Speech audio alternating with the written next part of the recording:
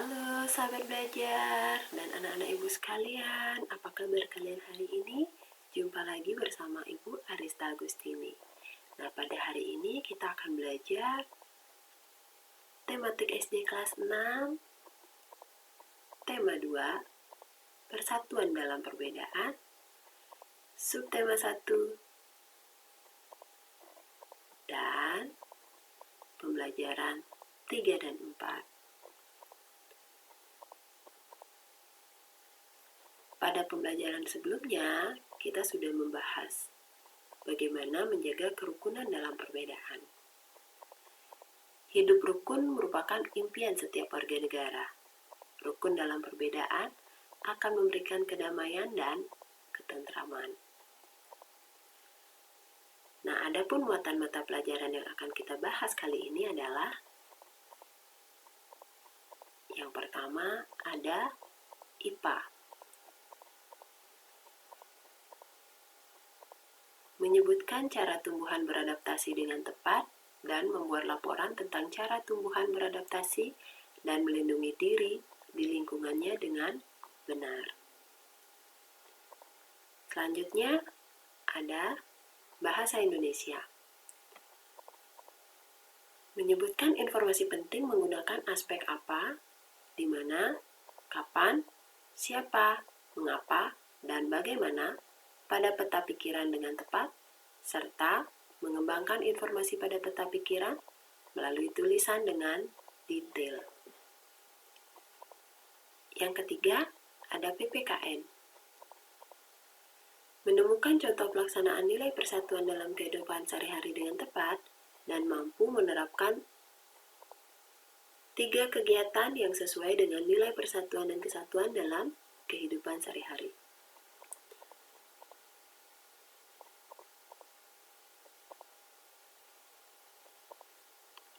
Pada pembelajaran sebelumnya, kalian telah mengetahui bahwa tumbuhan dapat hidup di perairan maupun daratan. Tumbuhan air dan daratan memiliki ciri khusus yang berbeda. Perbedaan ciri khusus tumbuhan tersebut disebabkan oleh kemampuan menyesuaikan diri atau beradaptasi terhadap lingkungan hidupnya yang berbeda-beda.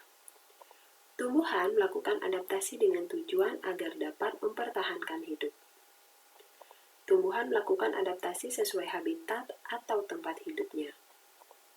Nah, pagi ini Udin dan teman-temannya sedang bekerja sama untuk mengumpulkan informasi tentang tanaman dan habitatnya. Mereka berdiskusi dan mencatat semua hasil pengamatan. Meskipun mereka berasal dari latar belakang yang berbeda, namun perbedaan tidak menghalangi mereka untuk belajar bersama. Untuk melengkapi informasi, mereka pergi ke perpustakaan umum dan menemukan informasi tentang tumbuhan dan habitatnya. Ayo kita amati informasi apa yang sudah berhasil mereka peroleh.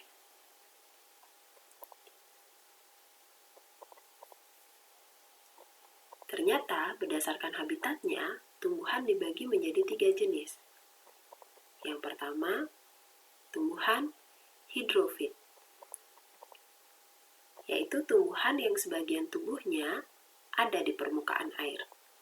Akarnya berada di air, kemudian memiliki rongga udara dalam batang atau tangkai daun. Daunnya muncul ke permukaan air, mempunyai daun yang lebar dan tipis, serta stomata yang banyak untuk mempercepat penguapan. Contoh tumbuhan hidrofit adalah salah satunya kangkung. Selain kangkung, ada beberapa tumbuhan air juga yang merupakan tumbuhan hidrofit, seperti teratai dan eceng gondok. Berikutnya ada tumbuhan higrofit. Tumbuhan ini adalah tumbuhan yang hidup di daerah lembab. Tubuhnya terdiri atas bagian-bagian akar, batang, dan daun. Ciri-ciri tumbuhan higrofit adalah daunnya tipis dan lebar. Terdapat banyak stomata pada permukaan daunnya sehingga proses penguapan air berlangsung lebih cepat.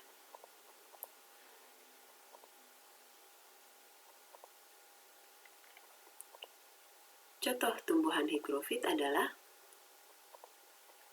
pakis.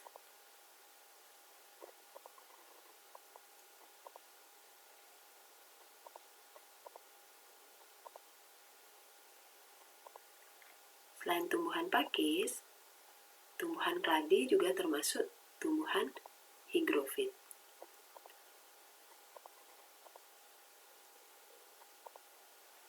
Yang ketiga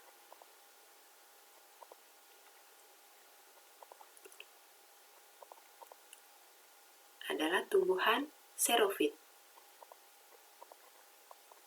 Tumbuhan xerofit adalah tumbuhan yang hidup di daerah yang kering. Tumbuhan ini memiliki ciri-ciri antara lain berdaun kecil atau bentuk daunnya seperti duri kecil dengan sedikit stomata untuk mengurangi penguapan. Batangnya tebal dan mempunyai jaringan untuk menyimpan air, sedangkan akarnya panjang dan menyebar luas untuk menyerap air sebanyak mungkin. Contoh tanaman xerofit adalah lidah buaya. Selain lidah buaya, ada juga tanaman xerofit yang lain yaitu kaktus.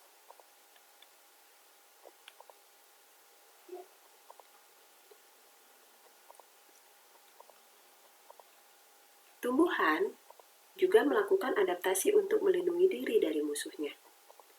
Cara tumbuhan melindungi diri dari musuhnya dapat menggunakan duri, getah, rambut-rambut halus, cairan dengan rasa tertentu, serta minyak yang berbau tidak sedap. Beberapa cara tumbuhan melindungi diri dari musuhnya adalah: yang pertama, menggunakan duri. Beberapa jenis tumbuhan mempunyai duri di bagian tubuhnya. Adanya duri ini cukup efektif dalam upaya menjaga dan melindungi diri dari mangsa. Hewan pemangsa akan merasa terganggu ketika memakan sebagian atau seluruh bagian tumbuhan tersebut. Contoh tumbuhan berduri yaitu bunga mawar, kaktus, putri malu, durian, dan salak. Menggunakan getah. Beberapa jenis tumbuhan mampu menghasilkan getah yang lengket. Getah ini dapat melekat pada tubuh hewan yang akan mengganggu tumbuhan tersebut. Bagian tubuh hewan yang terkena getah akan rusak dan sulit bergerak.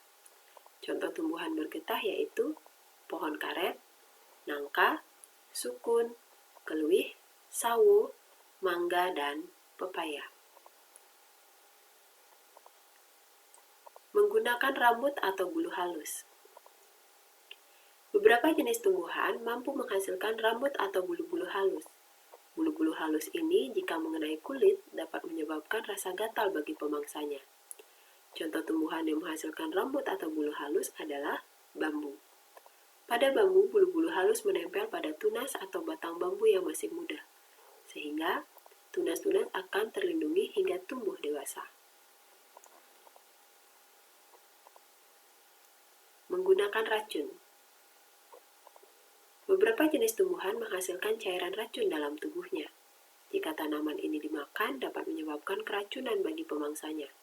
Contoh tanaman gadung, kecubung, karet, jarak, dan tanaman upas. Menggunakan minyak beraroma. Beberapa tanaman mampu menghasilkan cairan semacam minyak beraroma tertentu untuk melindungi dirinya. Contohnya, tomat, cabai, dan bunga bangkai. Dengan aroma tersebut, hewan enggan untuk mendekati atau memakan bagian-bagian tumbuhan tersebut. Menggunakan cairan berasa. Beberapa tanaman menghasilkan cairan dengan rasa tertentu yang dapat melindungi dirinya. Contohnya, kopi, teh, pohon asam, belimbing, dan belimbing wuluh. Biji kopi dan daun teh memiliki rasa yang pahit. Asam dan belimbing uluh mempunyai rasa asam.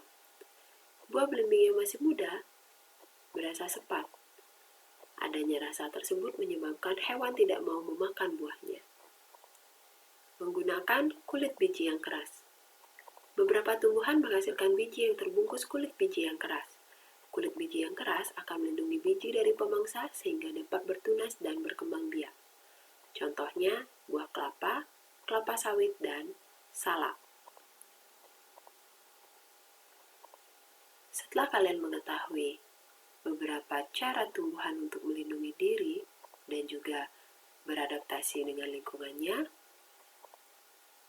berikut tugas yang harus kalian kerjakan. Amatilah beberapa jenis tumbuhan yang ada di lingkungan sekitar tempat tinggalmu. Catatlah cara tumbuhan tersebut menyesuaikan diri dan melindungi diri pada diagram berikut.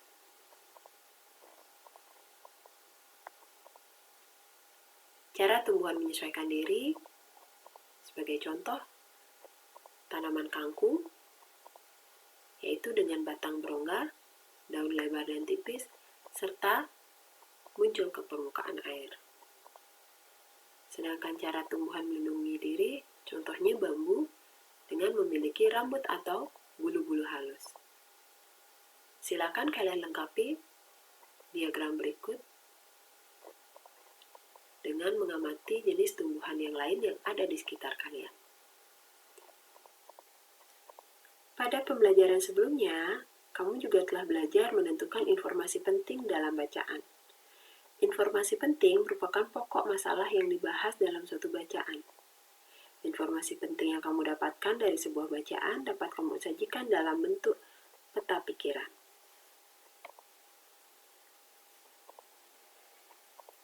Peta pikiran akan membantu memahami bacaan dengan lebih baik.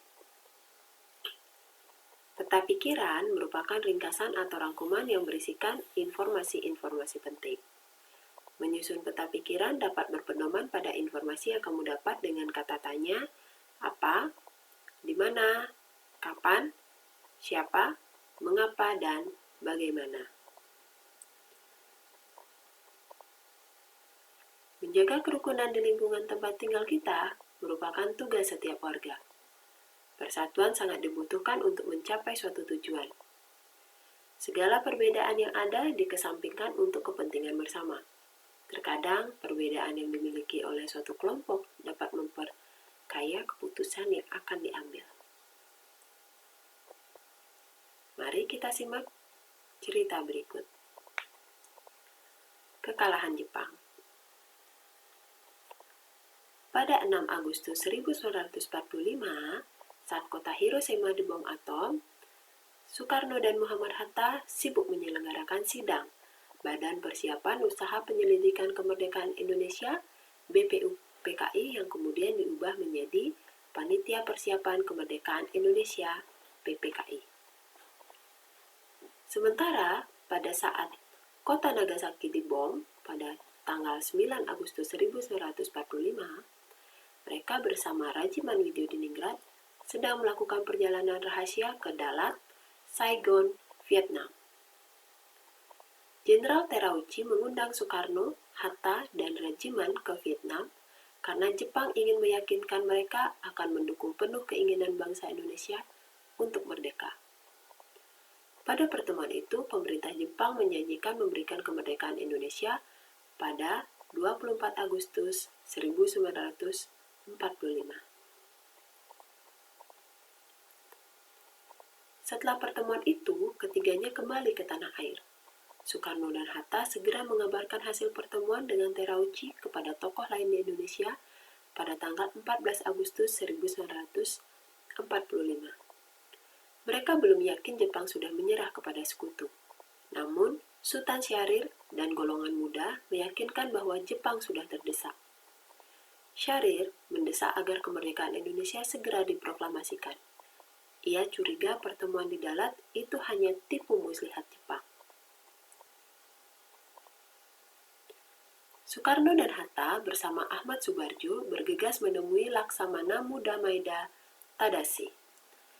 Maeda belum bisa memberikan keterangan terkait kekalahan Jepang. kabar kekalahan Jepang terhadap Sekutu akhirnya terdengar dari siaran radio. Soekarno dan Hatta masih bersikukuh tidak perlu terburu-buru menyatakan merdeka. Pada 15 Agustus 1945, desakan kepada Soekarno dan Hatta untuk segera menyatakan kemerdekaan Indonesia makin menguat. Namun, Soekarno-Hatta itu tetap bertahan pada pendirian mereka. Perbedaan kemauan antara dua golongan tersebut kian memanas. Situasi ini menimbulkan yang dikenal sebagai peristiwa Rengas Dengklok. Tokoh muda terpaksa menculik Soekarno dan Hatta ke Rengas Dengklok untuk meyakinkan keduanya agar tidak terpengaruh oleh siasat licik Jepang. Soekarno-Hatta akhirnya menyerah dan disusunlah rencana kemerdekaan Indonesia.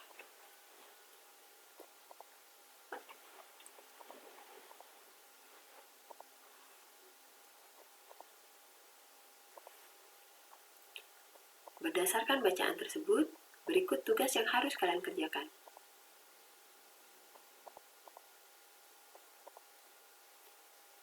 Tulislah informasi penting pada peta pikiran berikut.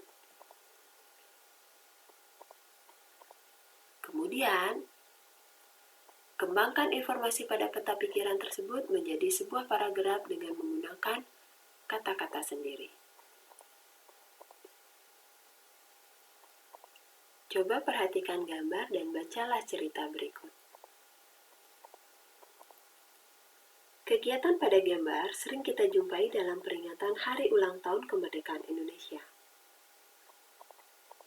Perlombaan tersebut merupakan salah satu upaya warga negara mengisi kemerdekaan. Oleh karena itu, sebagai warga negara yang baik, kalian sudah sepatutnya berperan aktif dalam menyukseskan kegiatan tersebut. Untuk menambah rasa cinta kalian terhadap para pahlawan dan tanah air, simaklah cerita singkat mengenai perjuangan bangsa Indonesia meraih kemerdekaan. Bangsa Indonesia dijajah oleh bangsa asing selama ratusan tahun. Awalnya, perjuangan bangsa Indonesia masih bersifat kedaerahan. Perjuangan bangsa Indonesia sering mengalami kegagalan. Seiring perkembangan zaman dan pola pikir, akhirnya sifat perjuangan bangsa Indonesia mengalami perubahan dari yang awalnya bersifat kedaerahan menjadi perjuangan yang bersifat nasional. Perubahan ini menunjukkan bahwa bangsa Indonesia telah memiliki kesadaran untuk bersatu. Dalam upaya mewujudkan kemerdekaan, sering terjadi pertentangan antar pejuang. Terdapat pandangan dan pemikiran berbeda dalam upaya meraih kemerdekaan Indonesia.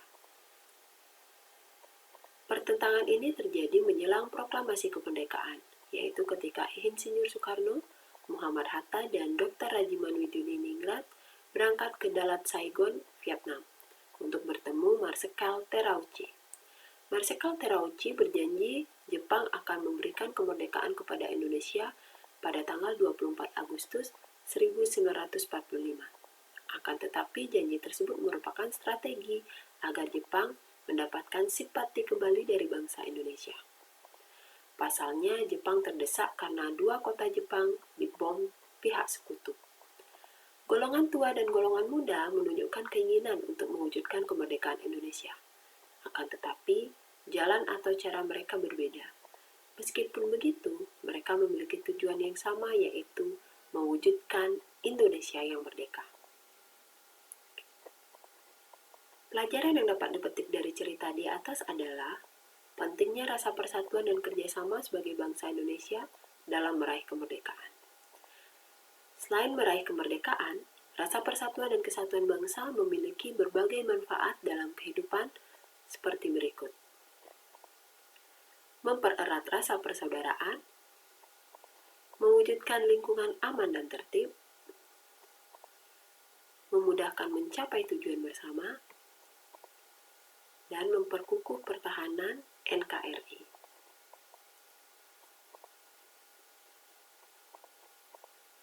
Nah, kalian sudah tahu kan beberapa sejarah sebelum kemerdekaan itu berhasil kita raih. Nah, sekarang tugas yang harus kalian kerjakan adalah amatilah gambar berikut. Seandainya kalian sedang bermain bersama mereka, apa yang harus kalian perhatikan terkait kerukunan dan persatuan? Sebutkan 3 contoh perilaku yang mencerminkan penerapan nilai-nilai kerukunan terkait persatuan dan kesatuan dalam kehidupan sehari-hari. Dan tuliskan 3 manfaat yang kamu peroleh dari nilai-nilai tersebut.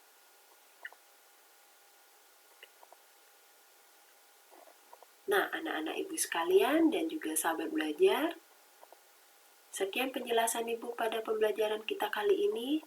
Semoga apa yang ibu jelaskan bisa kalian pahami dengan baik dan juga bermanfaat untuk kalian. Akhir kata ibu ucapkan, terima kasih.